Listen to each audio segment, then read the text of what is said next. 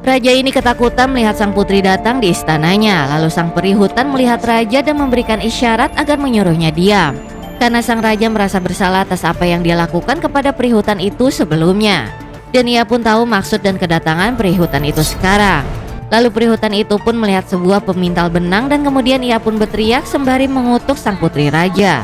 Bahwa sebelum ulang tahunnya yang ke-16 tahun dia akan menusuk jarinya dengan jarum alat pintal dan ia akan tertidur seperti mati. Dan tidur yang tak pernah terbangun. Lalu sang raja yang mendengar itu pun memohon kepada peri hutan. Dan peri hutan yang mendengar sang raja memohon pun terdiam sejenak lalu berkata, "Aku suka kau memohon," dan menyuruhnya untuk melakukan lagi. Kemudian sang raja pun menunduk di hadapan sang peri hutan. Dan disaksikan para pembesar istana dan para bangsawan yang tak tega melihat rajanya merendahkan dirinya di hadapan sang peri hutan. Dan ia pun memohon kembali.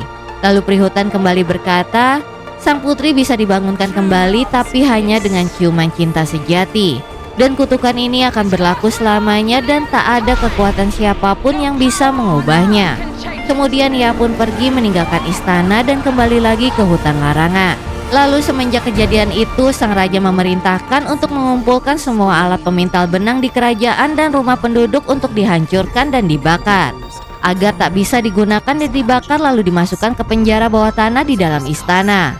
Lalu sang raja menyuruh para prajuritnya untuk pergi menyerang dan membunuh sang peri hutan dan menghancurkan hutan larangan. Tapi sang peri hutan yang mengetahui hal itu pun membuat berikade pohon berduri di depan pintu masuk hutan larangan, agar hutan larangan tetap aman dan tidak terjamah siapapun.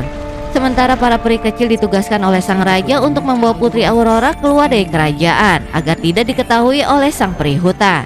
Dan para peri tersebut membawa sang putri ke sebuah pondok dan mereka berubah menjadi manusia untuk mengurus bayi Putri Aurora. Lalu mereka mencoba masuk ke dalam pondok itu untuk memeriksa dan membersihkannya dan meninggalkan sang Putri Aurora sendirian di luar.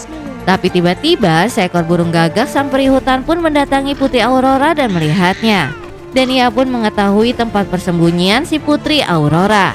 Lanjut ke part selanjutnya ya.